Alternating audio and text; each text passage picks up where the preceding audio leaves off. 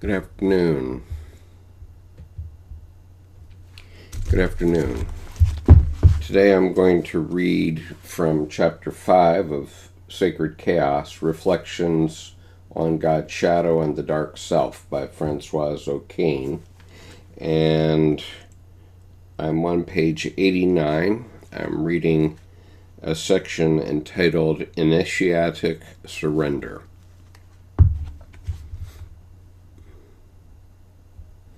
Let me just set up my YouTube a little bit here. All right.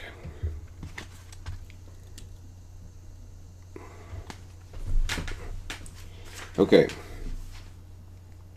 Initiatic surrender. One aspect of the confrontation with God's shadow is not sufficiently shown by the examples given so far. That of absolute, unadulterated despair, or rather, the concrete, physical experience of the morbid and threatening dimensions of the self. Of course, Percival and the heroes of numerous other tales go through times of doubt, are afraid, or lose hope. But I am interested in that precise moment when the hero or heroine gets to a point where it seems everything is really lost and nothing at all can ever happen. The hero, then, is plunged into a feeling of absolute helplessness. The hero, then, is plunged into a feeling of absolute helplessness, or, more dramatically, discovers the existence of destructive forces that cannot be controlled. I shall look into this dimension by introducing an initiation ritual and a myth. It is also found in many fairy tales, expressed by motifs such as that of the protagonist being exiled or jailed, for instance at the top of a tower, as in Grimm's Rapunzel, or wandering for many years, looking for a lost relative or a future husband, or having to wear rags or an animal skin for months or even years. In each of these tales, the focus is on the long wait and despair in a situation that seems hopeless.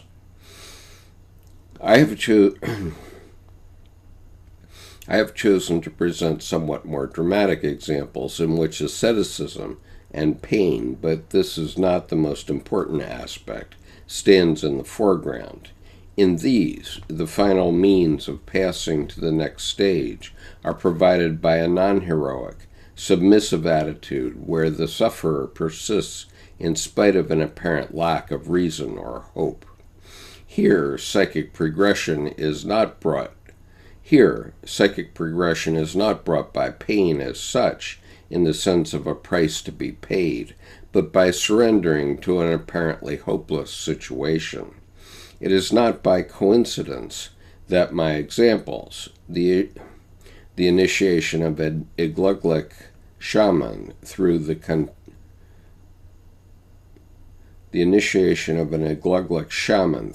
contemplation of his own skeleton, and the descent to the netherworld of Inanna, the Sumerian goddess, come from societies whose gods and goddesses were close to nature, and who promote an attitude nearer to the feminine and chthonic than the active purposefulness of the masculine. Among the Igluglik Eskimos living near Hudson Bay, the shaman is responsible for relations with all the supernatural powers that may influence everyday life and survival. He thus plays an essential role in many different domains, that of hunting, for example, but also in healing, since disease may result either from not respecting a taboo, such as violating the prohibition against certain foods, or from the patient's soul having been stolen by a dead person. One becomes a shaman on the basis of an individual vocation, and the shaman does not occupy an official position within the group, as he does, for instance, in Siberia. In Eskimo tradition, anyone making may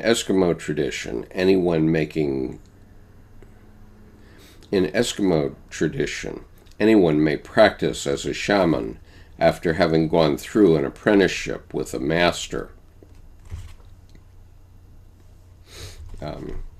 Before I go on with this reading per se, let me just add a few footnotes. One of them is, as almost everywhere else here,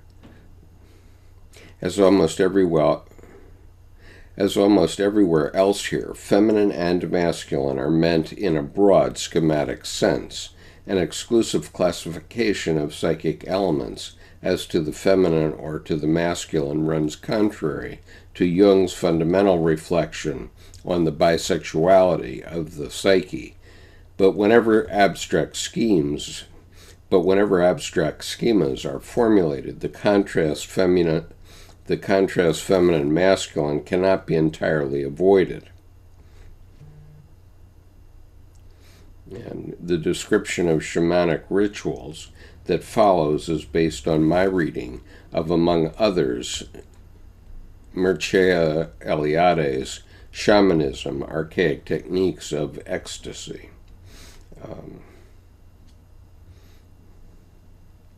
And another footnote, for ease of reading here, I use masculine pronouns, but women may also apprentice to become shamans.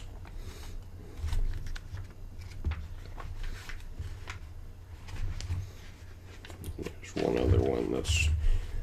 one other that's important. These are footnotes I'm reading. In courses and workshops organized nowadays, shamans are often characterized as the wise ones, people who have risen above their tribe after going through an initiation process that allowed them to know themselves. However, studies of tribal life show that shamans went through the ritual for the tribe, using their gift for the benefit of the group, and not in order to become someone special. Further, the idea of individuality had little place in these cultures. Through their initiation, shamans learned to confront dangerous forces and to survive them. But when they were not holding a seance, they were normal members of the tribe.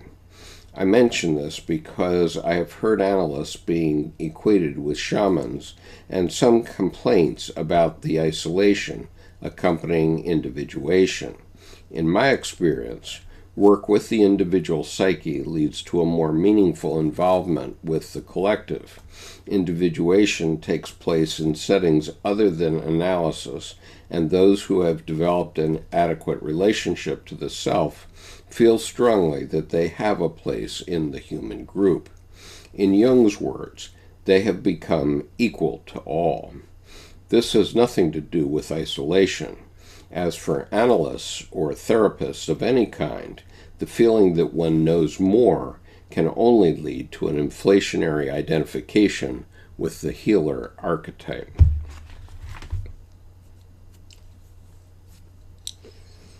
Okay, reading on.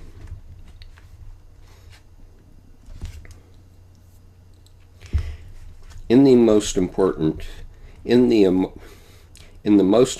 stage of the apprenticeship, the actual making of the shaman, the novice spends many weeks or months isolated from the group, in a desolate place where he expects to meet the animals that are later, where he expects to meet the animals that later will be his helping spirits. Quite often he suffers concretely, physically, from the cold and hunger. He also has to learn to see himself as a skeleton and to dominate each of his bones in a ritual language. Until he reaches this stage, he remains alone in the cold, without any food. He just rubs two stones together until he sees himself as being robbed of his clothes and even of his flesh. He then goes on a journey under the sea to visit Takanaka Takanaka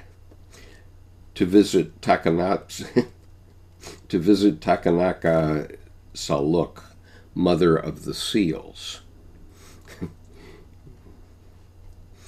This journey will be repeated during the sessions held to ask for an abundant hunt. He also takes another flying journey to the great beyond, during which he gets to know his auxiliary spirits.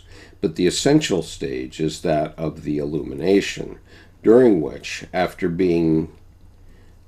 having been reduced to his own skeleton and having learned the name of each of his bones, the novice will get to know his life soul.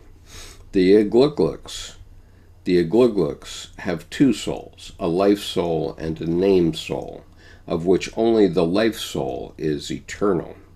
A parallel with the Jungian concepts of ego and self does not seem far-fetched, insofar as the self, by serving as a bridge to the collective unconscious, is in contact with the illid tempus, initial time, and the whole man. By coming in contact with the life soul, the novice builds a relationship with a transcendent dimension. The rubbing of the stones, taken as a symbol for the two souls, images how this is achieved. The stones could also be seen to symbolize the two poles of the self. Generally speaking, the stone is a symbol of the self because it's hard.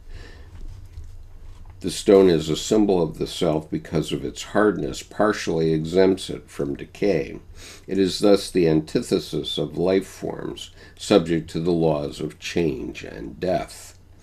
The stone is also a symbol of cohesion and of the harmonious reconciliation of different aspects of oneself.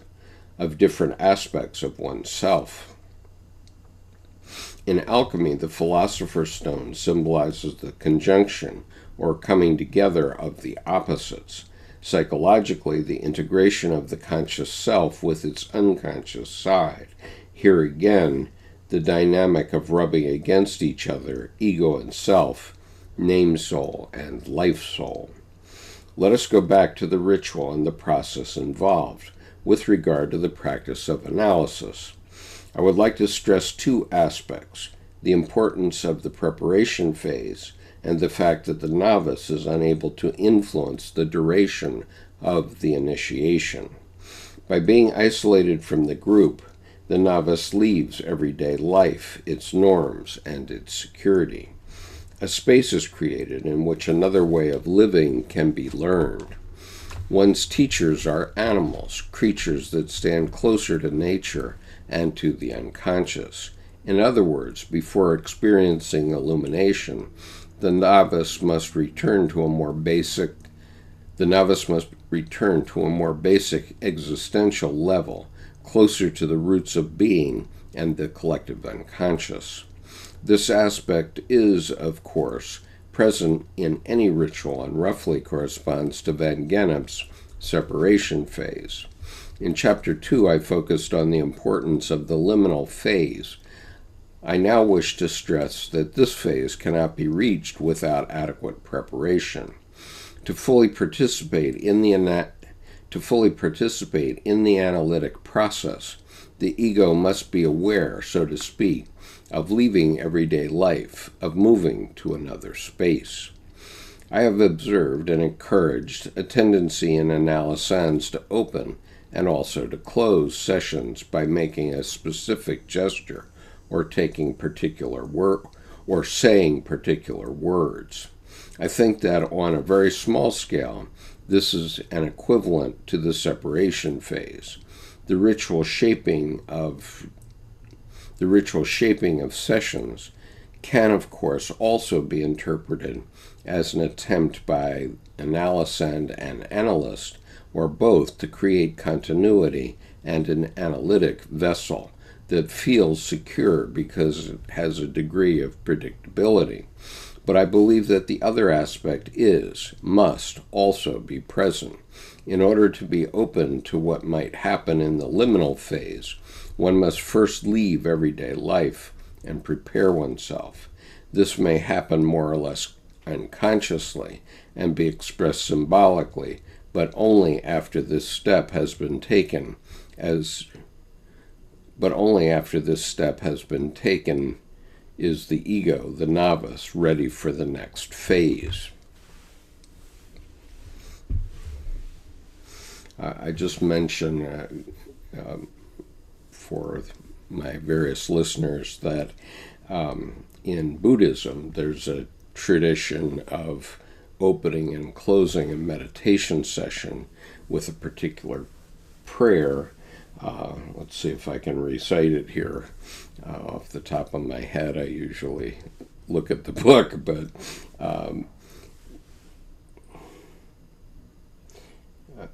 the prayer is, by the power and truth of this practice, may all beings have happiness, and the causes of happiness. May all be free from sorrow, and the causes of sorrow. May all never be separated from that sacred happiness, which is sorrowless, and may all live in equanimity without too much attachment and too much aversion, and live believing in the equality of all that lives. So that's a Buddhist version, and that there's another prayer that I do have to read the book for, but that's used at the end, but that little prayer can be said at beginning and end of a meditation session. So what I'm pointing out here is only the correspondences between what Dr. O'Kane has said and Buddhist practice. I see the period of waiting that follows as being already part of the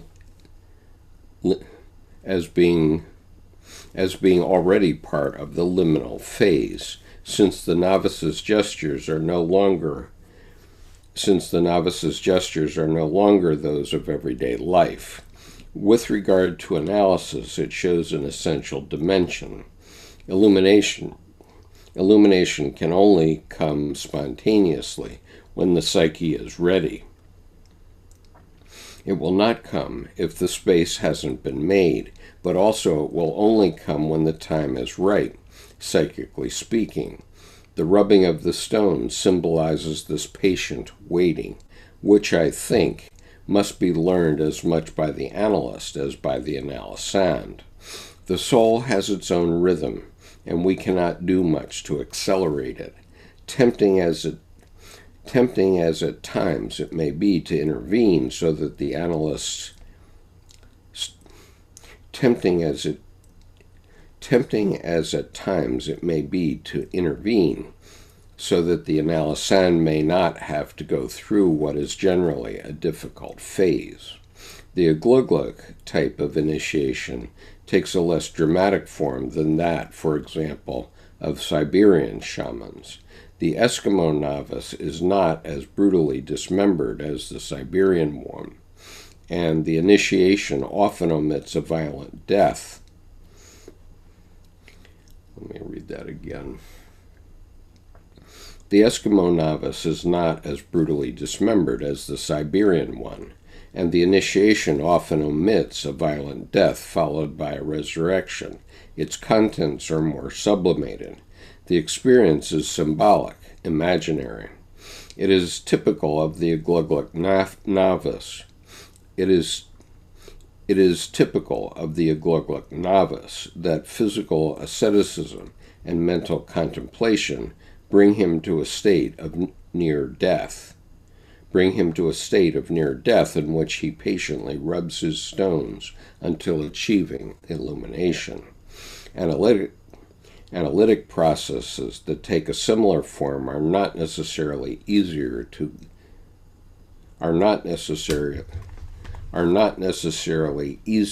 accompany than those in which there is more obvious suffering. But again, the novice's intention shows how relative the ego and its impatience is, and in a sense how relative suffering may be. Once he has seen his skeleton, the aglugluk will return to everyday life with a different. Once he has seen his skeleton, the Agluglik will return to everyday life with a different attitude. The symbolism of the skeleton is found in numerous cultures, where the bone is the ultimate source of life, since the soul resides in the skeleton. In Jewish tradition, bone is an indestructible corporeal particle, symbolizing the belief in resurrection. By contemplating his own skeleton, the Agluglik novice experiences his fundamental being, his absolute nudity as a human, together with the dark, death aspect of life. He literally finds his soul as an autonomous reality independent of the short life of his ego. He reaches this stage by going through aesthetic loneliness and physical pain, but without being dismembered and practically annihilated, as is his Siberian counterpart. But the lesson is the same. Compared to the transpersonal dimension, the ego world is relative. The myth of Inanna's descent to the underworld includes physical death more directly, as well as a motif close to the dismemberment of the Siberian novice. I will examine only these parts of the myth, although Inanna's entire story could also be interpreted as a confrontation with shadow aspects and the integration of the dark pole of the self. Here is a summary of the myth as told by Sylvia Britton Pereira. Quote, at the first gate to the netherworld, Inanna is stopped and asked to declare herself. The gatekeeper informs Ereshkigal, Inanna's sister, the queen of the great below, that Inanna, queen of heaven, of the place where the sun rises, asks for admission to the land of no return to witness the funeral of Gugalana, husband of Ereshkigal. Ereshkigal becomes furious and insists that the upper world goddess be treated according to the laws and rites for anyone entering her kingdom, that she be brought naked and bowed low. The gatekeeper follows his orders. He removes one piece of Inanna's magnificent regalia at each of the 7 gates. Crouched and stripped bare, as the Sumerians were laid in the grave, Inanna is judged by the 7 judges. Ereshkigal later kills her. Her corpse is hung on a peg, where it turns into a side of green rotting meat.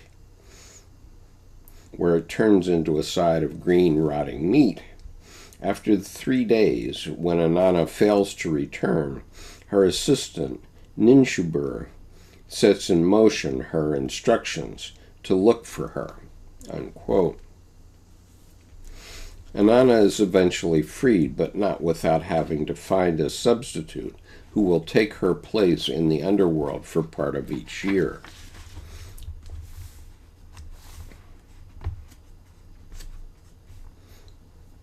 Here the initiation happens progressively. A shining, triumphant goddess loses her attributes, one after the other, surrendering all of her privileges and facing the death inflicted by a sister living in the land of no return. Later she has no alternative but to rot, impaled on a stake, and entirely dependent on others for her liberation. Ereshkigal, queen of the great below, represents neglected, repressed aspects of the self and the power in its negative forces. The myth describes her as a pitiless figure, prone to terrifying fits of rage. Her husband's death has plunged into a mourning of cosmic dimensions that annihilates everything around her. Inanna has known only the opposite pole, ruling in light and wealth. She must now experience what it means to be robbed of everything one loves. Her apprenticeship culminates in the time during which her body rots away on a stake, and she is absolutely deprived of everything that made her a queen. In order to become this queen again, she will have to compromise, striking a contract with Ereshkigal to share her life during part of the year. The parallels between Inanna's experience and shamanistic dismemberment are fairly clear. On the other hand, the myth is more concrete, less sublimated than the initiation rite, and thus makes its narrative more impressive and more frightening. Inanna truly suffers in body and mind at the hands of the dark self. She is almost entirely destroyed, putrefied by shadowy powers.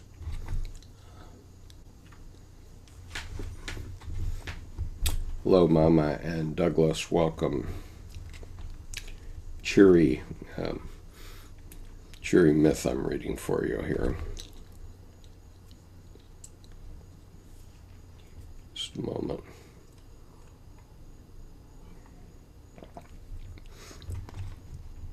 Before relating this to the propitious psychological attitude, let us note that Herrera focuses her interpretation of the myth on its relevance for women. In my approach, the initiation taught by Inanna is valid regardless of one's gender. One may claim that for both men and women, the anima serves as a guide to the unconscious. It is also the anima who knows when surrender is required. But I do not like using this type of feminine-masculine model. We may at most consider that, archetypally, the elements required for an initiation through surrender, unconscious, patient, irrational traits, have always tended to be associated with the feminine realm. The myth of Inanna's descent the myth of Inanna's descent fits into this trend, but there exist other myths in which the figures are masculine. Think of Orpheus and Osiris, for instance, or even of Christ's descent to hell before his resurrection, without the symbolic message being fundamentally different. Does the discovery of a propitious attitude toward the nefarious aspects of the self necessarily require ego destruction and putrefaction?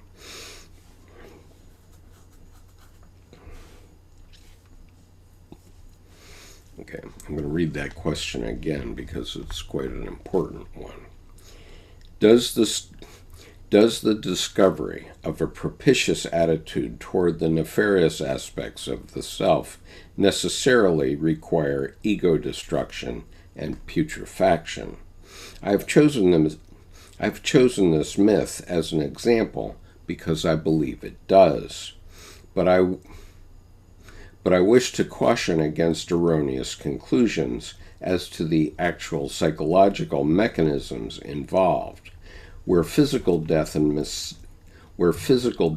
dismemberment actually take place, one may be too quick to apply the schema of death, transformation, resurrection, thus wrongly interpreting suffering and even death as a sine qua non for transformation.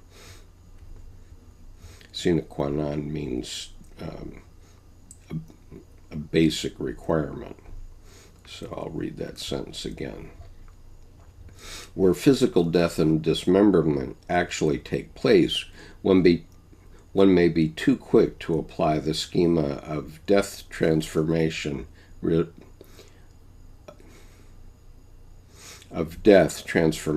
resurrection, thus wrongly interpreting suffering and even death as a sine qua non for transformation.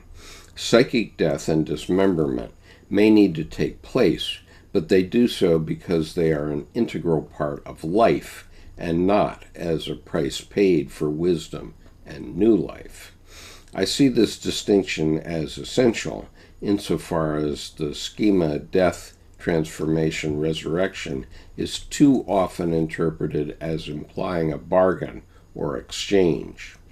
In that perspective, pain would ensure transformation, and death would almost automatically bring renewed vitality. To my mind, it is just as valid to see the experiences of death and suffering as necessary, but only because they are part of life and because there can be no real vitality without the tension resulting from the inclusion of the dark pole. The myth of Inanna clearly shows this. She will have to spend so many months of each year in the netherworld. As for the shaman, whether Eskimo or Siberian, he experiences the coexistence of life and death during his initiation, learning that they belong to the fundamental nature of being and the self. This is what will allow him to grasp the essential dimension of being and thereby to re-enter profane life so as to help his tribe survive. In terms of the value of the initiatic surrender, the means for confronting the pain involved in shamanic apprenticeship is anything but heroic. The shaman has only his patience and the slow rubbing of the two simple stones. Inanna has nothing at all, and she depends on her assistant for help. In both cases, and even more so in the second one, the confrontation is not active and cannot be entirely conscious. Time and a ritual framework, or the help of others, will determine the outcome. Put in psychological terms of the actual analytic process, I believe that the function of the analyst is to accompany the analysand through this form of initiation and to accept its reality. The confrontation with the negative pole of the self necessarily implies a certain amount of patience and suffering. The analyst's role cannot be to help the analysand avoid pain. One can accompany the process and, by trusting in the self, help constellating in the analysand the hope that even after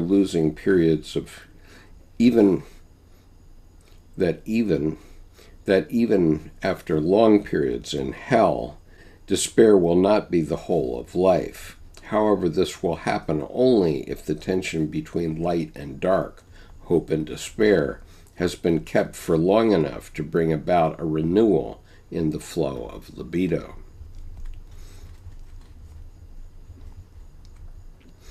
Because our society insists on positive and positivist attitudes, it is necessary to stress a fundamental truth. Only if they are kept together and related to properly can the two poles of the self ground life in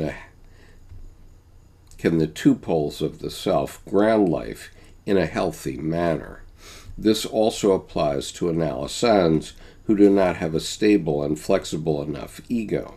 In precisely their case, the experience of great suffering has remained sterile, not leading them any further. They may suffer from an inner feeling of emptiness, or they may be mourning for the abandoned child. They suffer from not being sufficiently grounded to let themselves be carried by the flow of life, or they may ache from being tormented by an obsession with shadows. For them, it is an improvement if that suffering can be awarded a function and integrated into a vital line. As stated earlier, my aim is to formulate with more precision the components of the propitious attitude. Besides an acceptance of pain, they involve, as shown by the examples given, patience and the ability to persevere, a capacity for making oneself as small as possible, for accepting passivity, but not indifference, until the difficult times are over, submitting to an instinct that suggests apparently absurd gestures, for instance, the rubbing of the stones, trusting that assistance will be there and realizing that, despite feelings of deep despair, some routine, commonplace, and non-dramatic actions will help keep the ego outside the kingdom of shadows. And finally, a certain asceticism is required, an acceptance of things just as they are, and renunciation of the need to explain and control. A parallel comes to mind from the traditional peasant cultures. that face the forces of nature without modern technology. In the peasant's attitude, the seasons have their own rhythm and will. Cosmic forces that are both nourishing and destructive determine whether the harvest will be abundant or totally ruined. This picture also reveals another important dimension. The peasant accepts the presence of negative forces rather than identifying with or being fascinated by pain and destruction, and thereby risking inflation. Analytic work always involves the risk of inflation, and this tendency may lead the analysand into a fascination with the negative. Natural and psychic forces are both nefarious and destructive. They are also terribly powerful, in the sense that despite being negative, they contain tremendous energy. In order to be useful, confrontation with them must include respect for the dangers involved. In other words, one has to keep enough distance from them not to be destroyed, while coming close enough to be touched, without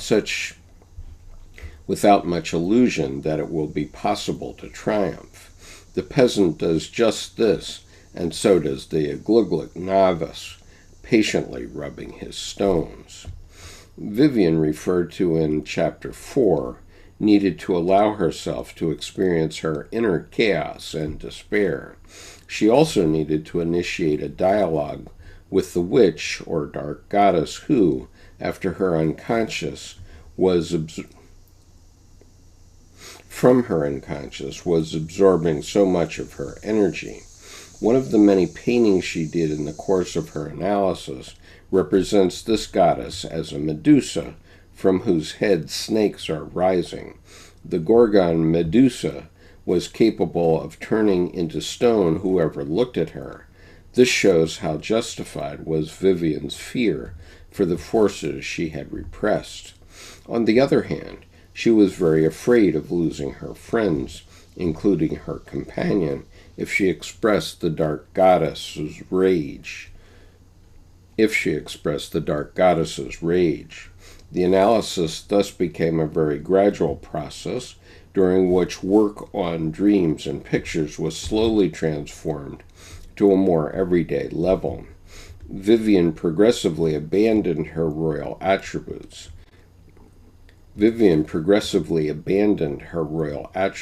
That is, her concern for perfection and control. And learned to accept anger and despair. She was able to effect this change with sufficient awareness of the process. In other words, with an active enough ego participation, so as to avoid being totally overwhelmed or rotting away on a stake. But she often had to rely fully on her capacity to endure pain and to be patient before she was able to go forward on her own path, leaving behind the hell of this transitional phase. Now, I would just add here, that's the conclusion of the reading for today. And I'll come back to your question here in a minute, Renata. I wanted to mention that this initiation phase is especially needed among young men, and that initiation can be, in a high school football team, or it can be by joining the Marines or something like that.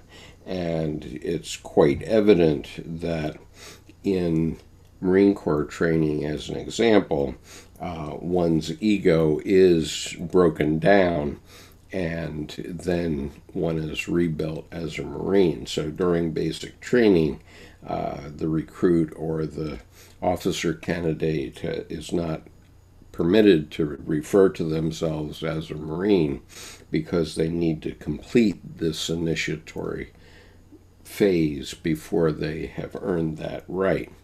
And once you have completed that training, then you know what it means to be a Marine. And it's amazing how little that training has changed over the years. I noted on YouTube here you can find videos about Marine Corps officer training, and 50 years after I attended officer candidate school and later was a staff platoon commander at OCS, the training is almost identical to what it was in 1967 when I first encountered it. And so, you know, we have initiations many places in life, and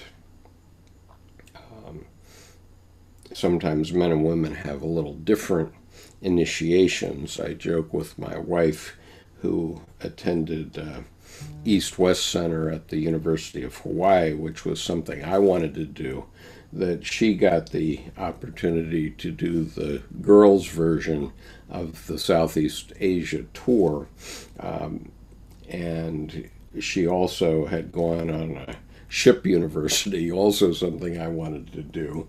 And she went to 14 countries in one semester on her ship university. And in the course of that, one of the fellow students on the ship was killed in a motorcycle accident in Indonesia, I believe. And so those sorts of experiences are initiatory. And so she did get to experience Southeast Asia, but I got to experience it in the boys' version, which was the Vietnam War. And so anyway, Grenade says strong ego equals humility. Yeah, I think that humility is an element of a strong ego. And I asked one of my fellow meditators, who happens to be a psychologist in this area, about our president's ego, and she said, oh, he has a teeny weeny little ego. And the reason she knows that is because people who have that situation have to prevent it or protect it with huge bluster in order to protect that teeny weeny little ego. But you know, people who are sure of themselves and know where they stand in the world don't bother to put that persona out there in the world. And I basically pride myself, for example, in not putting anything on my car to identify anything about myself, including I don't put a Marine Corps sticker on my car or any other such thing, because I know who I am. I don't need anything to protect that. And Grenade says, how would you describe a strong and flexible ego? Well, I'm sure that you've heard me talk about it many times, but someone with a strong and flexible ego is someone who's been through the Job archetype many times and emerged successfully. So the Job archetype is contest, defeat, lamentation, and rebirth. And so what that means is you run into some conflict in life, whatever that may be. You are defeated by it, and then you lament about your defeat, and then your psyche is reborn, or you are reborn into a new attitude, a new way of looking at life. And of course, we have these experiences all the time. I mean, little children experience it when they encounter toilet training, and mother and dad start to let the child know that they can't mess their diapers all the time. And so they that's a defeat.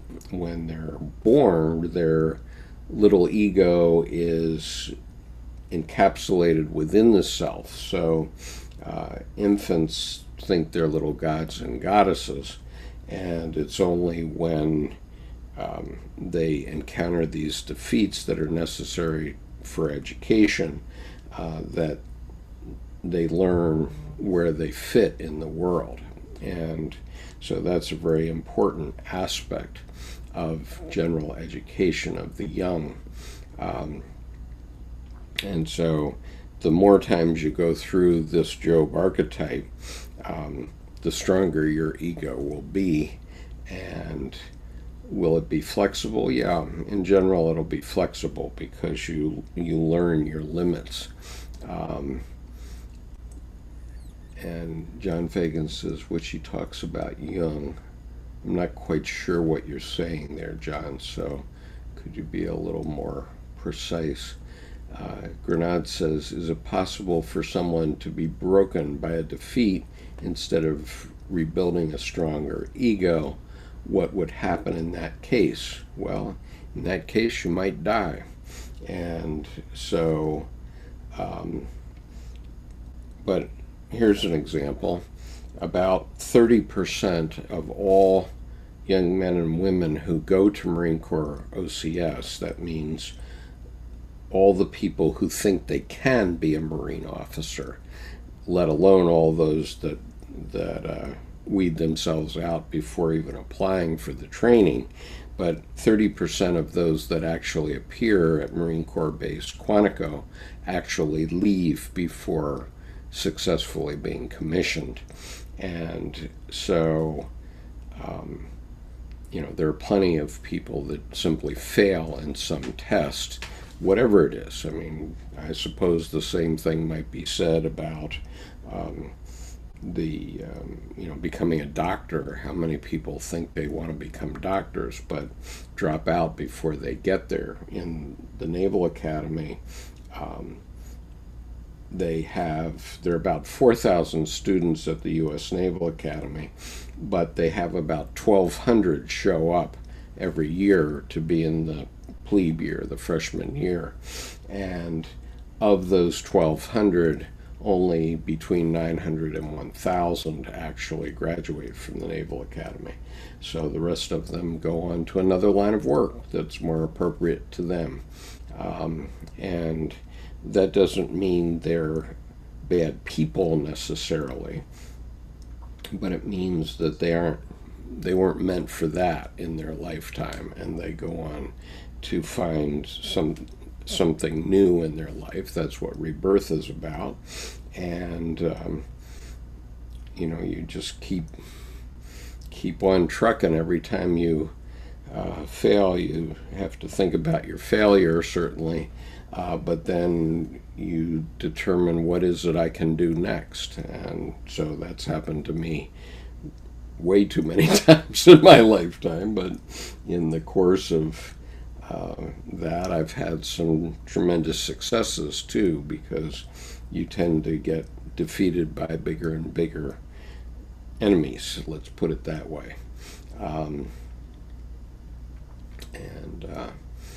In my case, I finally got defeated by the U.S. Supreme Court, so that's a big enough enemy, but I at least had a strong enough ego to take a case to the U.S. Supreme Court on my own. I did it single-handedly, so, and my brief in that case was 250 pages long, so not only did I think I could do it, but I actually did do it, and had the brief printed and everything else that you have to do, and I did that entirely by myself with no training.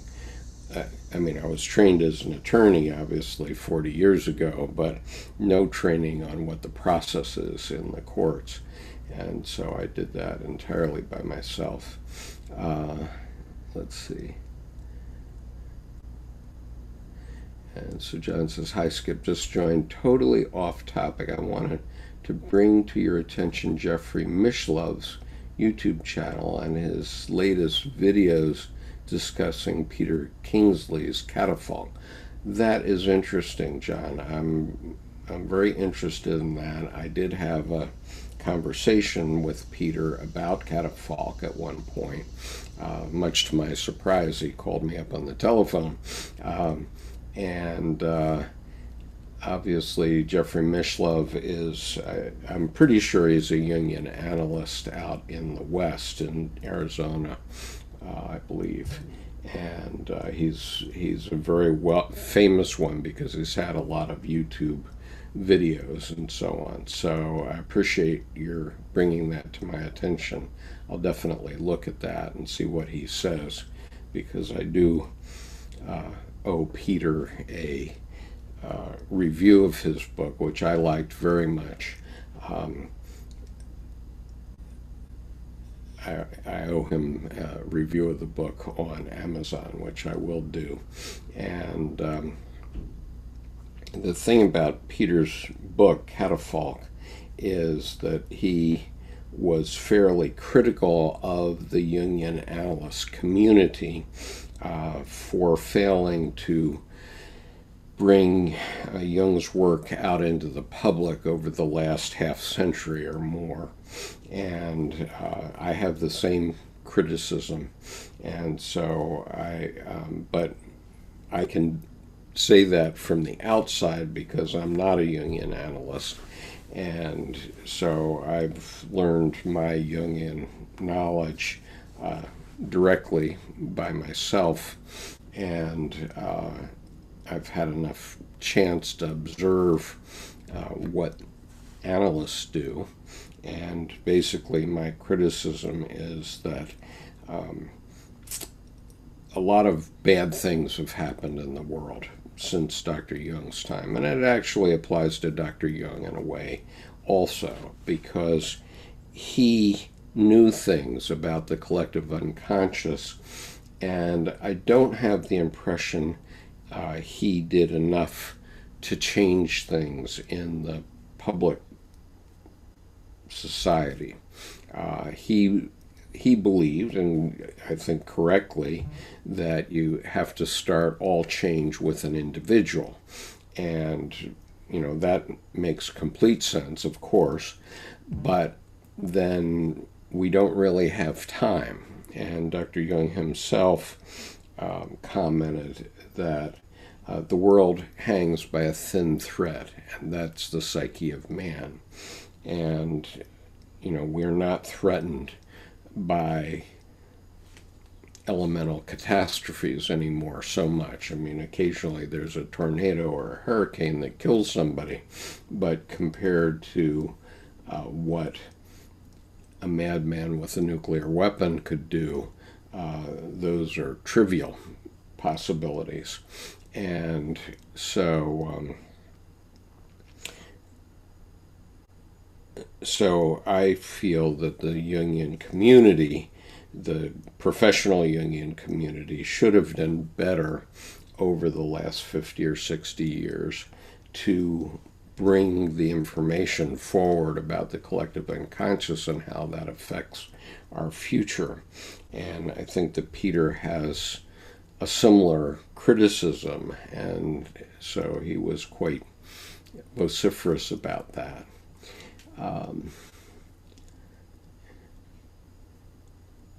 And so, John, you can reach me by email. Let me put my email address in.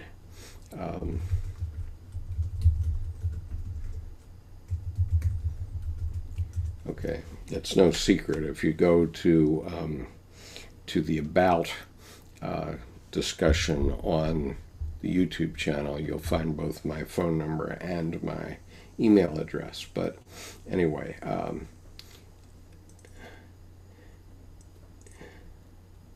and John says, your criticisms echo what Jeffrey brings to light concerning Peter Kingsley's book. I don't doubt it. I'll be interested to see how he covers it. And Grenade says, 3/4 of the population is sensing, 1/4 is intuitive. Makes sense why Jung's work would not be as popular.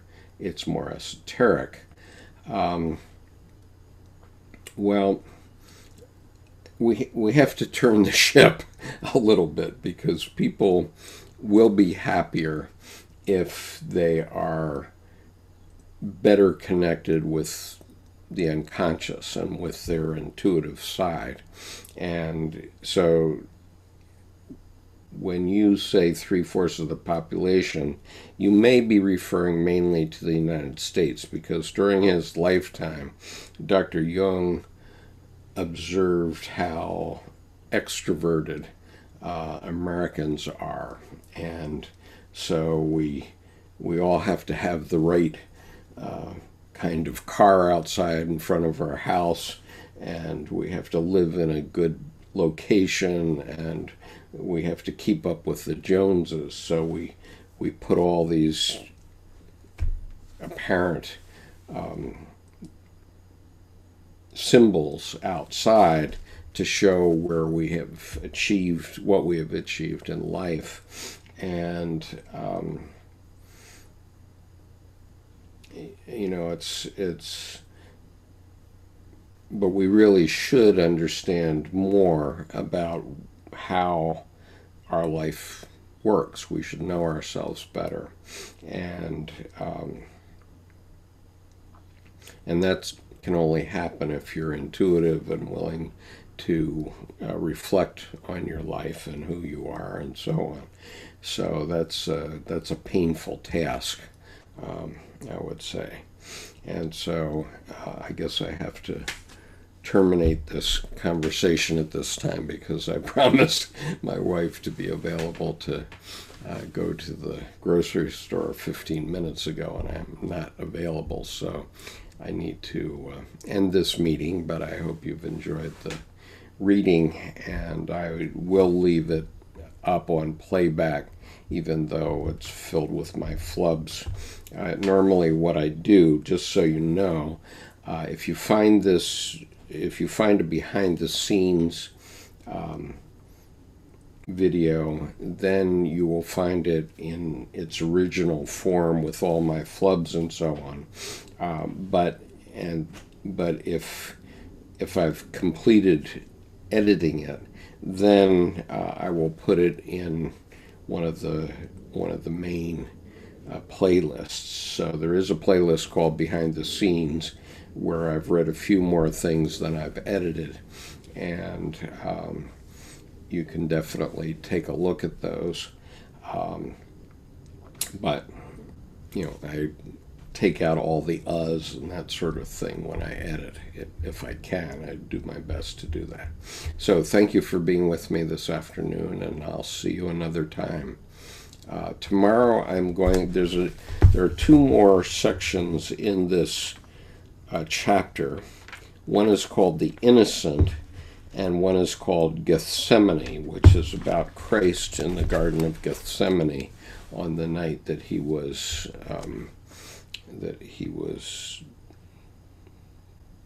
betrayed by Judas. And so since tomorrow is Sunday, I plan to read Gethsemane tomorrow. I'll have to fit that in around the visit of 40% of my grandchildren tomorrow, but in any case, I'll probably do it in the morning before they arrive. So I would say around 10:30 U.S. Eastern Time would be when I'd be doing that. So I'll see you tomorrow.